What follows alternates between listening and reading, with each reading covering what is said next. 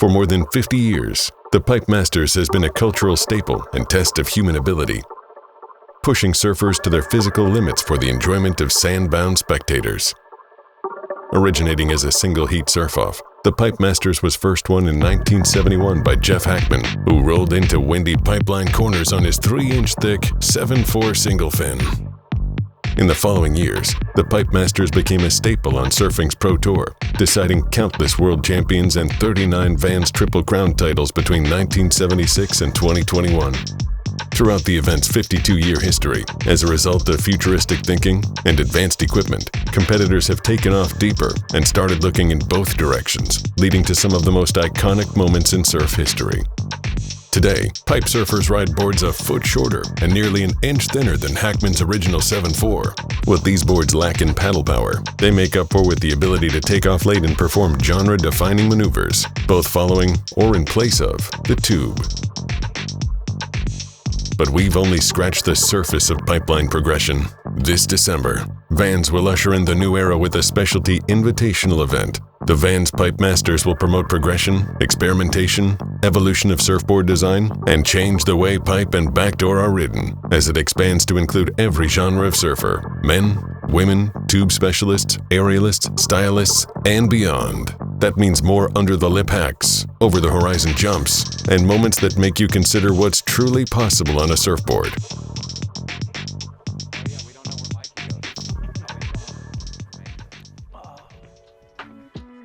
Hey there, my name is Michael Saramella, and I'll be your host for Stab and VANS 2022 Pipe Masters pre-show, where we'll discuss this year's reinvented competition format, what kind of surfing the judges want to see, hint, it's not just standing in a tube,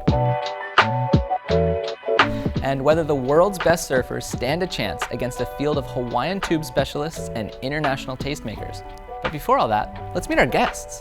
First up, we have Makua Rothman, North Shore royalty, a big wave world champ, and the sweetest voice to ever send you to the beach for bad behavior. Next we have Keala Kennelly, also a big wave world champion and an insatiable tube seeker who loves pipelines so much she incorporated the wave into her hairdo. Not today. I feel like this one's like very north, right? Like this one, it's a little almond shaped. I think it needs like that extra pump to get high. What do you think? Morning sickness. Last but certainly not least is Nate Fletcher, a man who has seen pipeline from every conceivable angle in his 35 years surfing there. In the tube, on the face, and roughly 67 feet above the lip. Wow. Throughout this show, we're going to talk about the beautiful, playful, and downright ugly sides of pipeline, because as any of our guests will tell you, a true initiation with this wave begins with a wipeout. Nate, can you tell us about one of your most memorable slams out there? The real initiation to pipe is when you leave in an ambulance. I was gonna say we've all had one thing in common. We've seen it from a hospital room. The real initiation at pipe for me was getting faded by every dude out there because I was a female. I don't think I've ever burned you, y'all. No, not you. Not you. Have I? Not you. No, not you. Okay, not everyone, but majority. My worst slam, it wasn't quite a slam, it was more of a blast. And I heard it. And he heard it. Yep, broke my femur. I still have a 12-inch rod in my leg with 2 6-inch screws through my hip, into my pelvis, and 1 in my thigh. Can't ever let your guard down at pipe. I feel like it's one of those things that like, it'll get you no matter who you are and what you do. Keala, what about you? What's your worst wipeout story out there?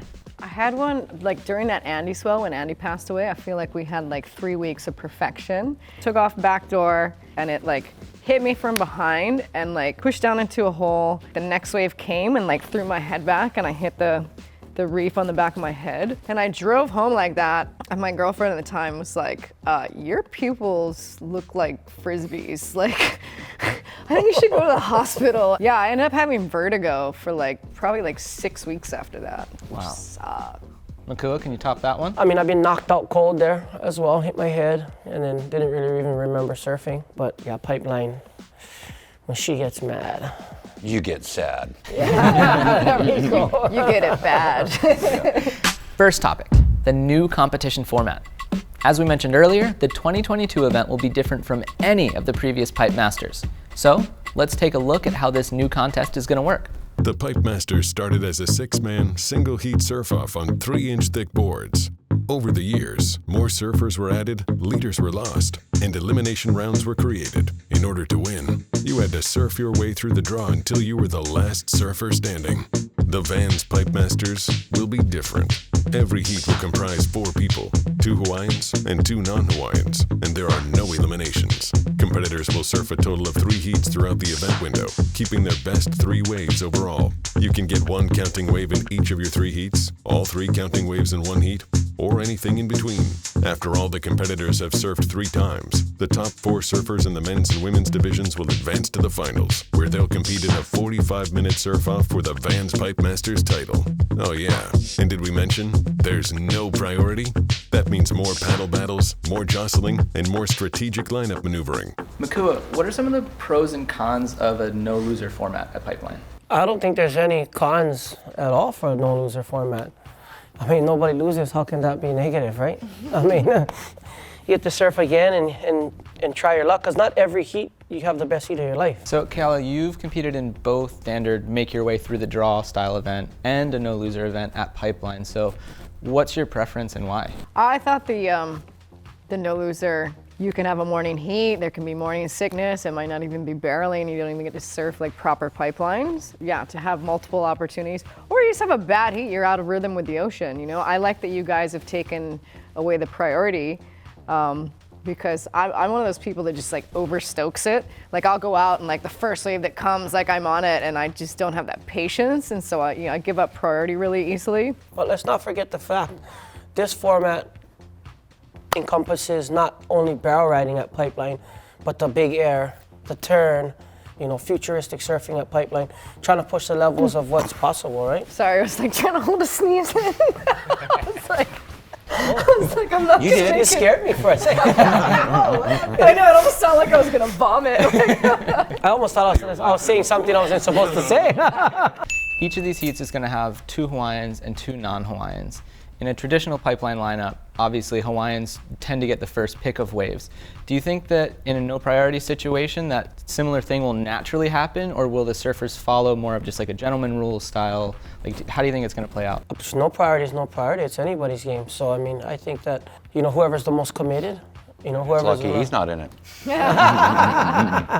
Yeah, it'll be first priority and then Then second, third, fourth. Yes, and it's definitely gonna push people to go deeper, so that'll be exciting. Some guys don't even want to go on the good ones, so I mean, having priority doesn't really matter. Yeah, that's true. You know, some guys want it and some don't, and that's just the beauty of Pipeline. So we know that there are going to be 4 people in each heat, and those 4 people are going to stay together for each of the 3 rounds. Do you guys think there are going to be some rivalries that develop due to especially that no priority rule? Well, any time you don't lose and you get another chance, it's going to spur creativity in someone's mind and you know, push them to try to do bigger and better things and do their best. You're not just like, oh, I need a 2.1. Definitely something that'll encourage that for sure. If somebody gets a really huge score, that's gonna motivate me to like, you know, go out, try harder, get a bigger one. It's like, that guy, you know, got a sick one. I have to top that chick got a sick one? Yes. All right. And how did it feel to beat Andy Irons? He wouldn't speak to me for like a month. I was so bummed. So yeah, this heat against Andy, this is like great surfing folklore. Everybody's heard about it, but we don't know the full story behind it. So what happened? You know, it's just like a local HSSA or NSSA event. And yeah, I beat all the boys. I beat Andy. He was furious. Wouldn't speak to me for like about a month and a half. And I was really bummed because, you know, he was like, it's weird because I kind of had a crush on him. Like, I'm just like gay as the day is long. But like, I think it was just like, I wanted to be him. Like, I didn't know if I wanted to be with him or I just like idolized him and wanted to be him, you know, and just wanted to emulate him so much. Second topic, the new judging criteria. Along with this year's reinvented competition format comes a new judging criteria, which seeks to catapult surfing tail high into the future.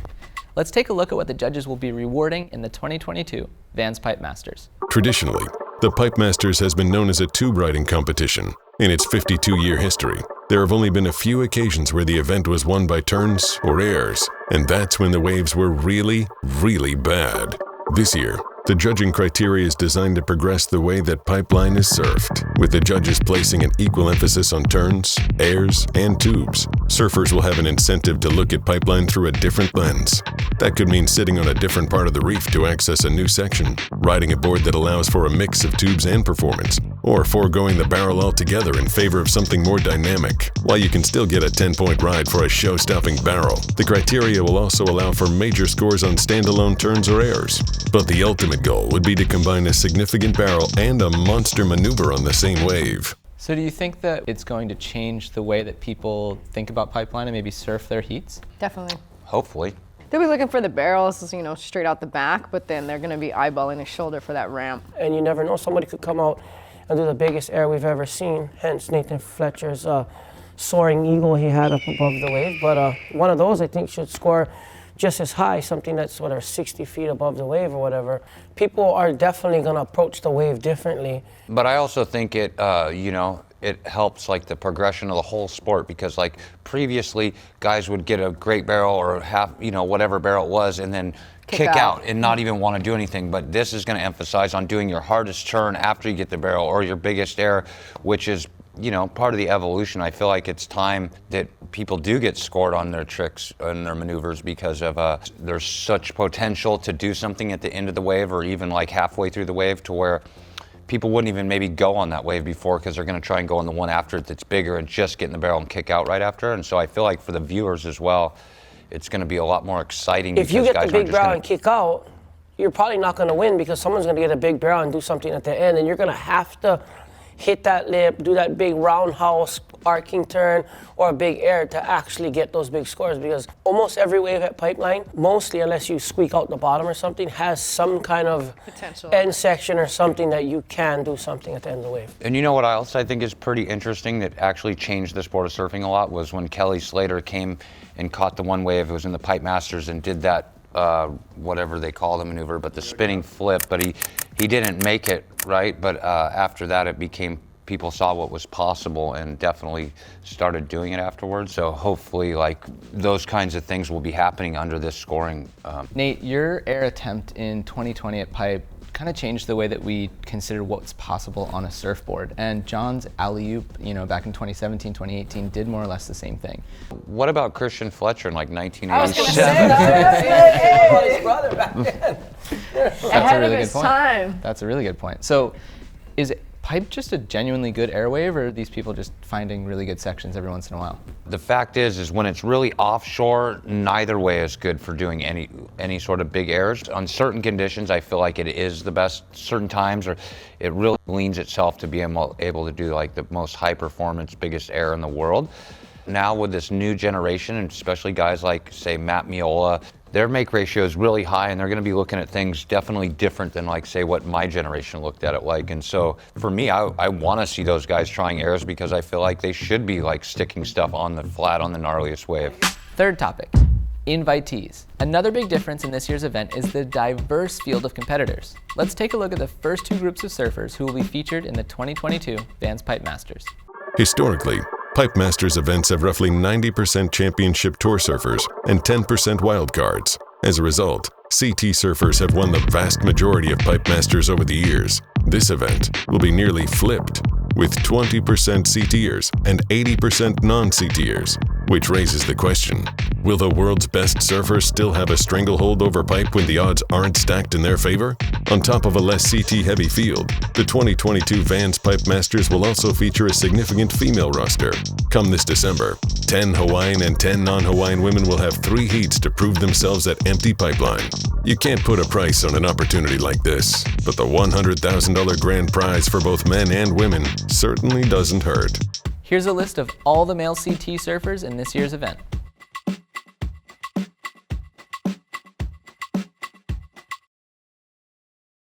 And here are the 20 women competing at Pipe this year.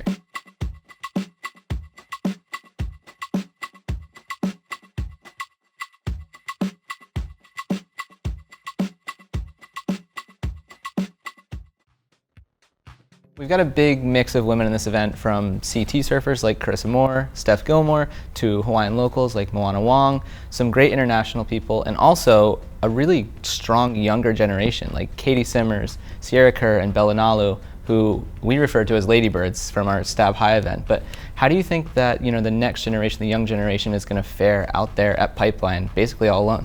I think that you're gonna see like the Moanas and the Carissas like dominating the peak, and I think you're gonna see them kind of sitting off to the side a little bit and just eyeballing that end section. It's really hard to go out there and just go for the peak on the biggest ones. It takes a lot of experience and a lot of years just watching it.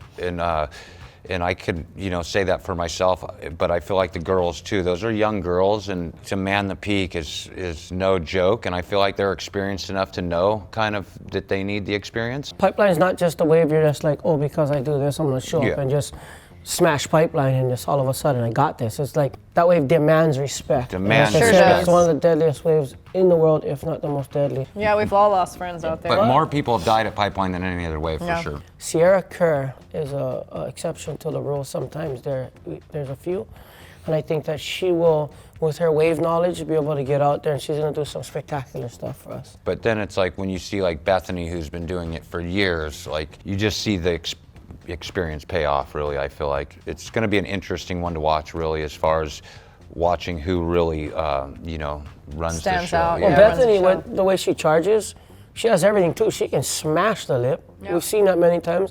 And she can do airs. She's definitely has all the goes, tools and goes goes. and has all the tools it takes to encompass the whole entire judging criteria. This is going to change the sport of women's surfing. I feel like this Absolutely. event, singularity, will change the sport. Makua, considering the Pipe Masters' long-standing relationship with the WSL, Championship Tour surfers have won the vast majority of titles in recent years. Do you think the world's best surfers will lose their competitive edge in 2022 with the reimagined competition format, judging criteria, and the fact that they just now have fewer spots in the event? Or are they really just that much better than everyone else? The CT guys dominate just because the all-aroundness of their surfing really translates well with the criteria that's coming out. The CT guys just have something. The competitive edge. Competing It's competitive edge. is the reason that they're the best in the world in competition. And I really think when they bring that to the table, it's not Hard the to beat. easiest thing. Will that be to- different yeah. this year, though, when you have a competition format that you're not necessarily competing against the guys in your heat? You're just going out there and trying to get the best 3 waves over 3 30-minute heats. It's almost like this isn't a conversation about the CT guys. It's almost a conversation if the CT guys can hold off all these wild cards and everybody else that's going to be And in the the field. misfits. You know, they usually only get the lineup to themselves in a traditional pipeline contest. It's only CT guys, you get 1 or 2 wild cards. And a lot of the times they were against having wild cards because the wild cards put a lot of pressure against CT surfers. Once upon a time, there were 16 wild cards. A lot of them made it to the finals. A lot of guys really didn't like the fact that they had to compete against people that are actually just as good or better than them at Pipeline. Well, So they this can is- upset, somebody that's #1 in the rankings and Exactly, knock them out so first Those round. are and dream just- crushers, we call Yeah, those. dream I really don't think it's all about the CT guys this one, and more about I think it's time for the quiz. Disco. It's time for the quiz. Rip into it, Mikey. quiz. What kind of quiz? Here we go. The 2022 VANS Pipe Masters will have a prize purse of $420,000, with $100,000 going to the male and female winners. But surfing wasn't always so lucrative. Former world champion Fred Hemmings threw together the first Pipe Masters in 1971. The question we want you to answer is, what was the total prize purse of that inaugural Pipe Masters? I'm gonna say $5,000. I would say 500. Yep. Makua? $1,000. Oh, winner! $1,000! Well done, Makua. Well, he's a gambler. He always What's the wins. prize? You get to commentate the Pipe Masters, I think. Yeah. There we go. I mean. That's it for this episode of Stab and Van's 2022 Pipe Masters pre-show. Stay tuned for next week, where we'll discuss the many moves of Pipeline, reveal the remaining contestants in this year's event, and hand select the first men's and women's heats.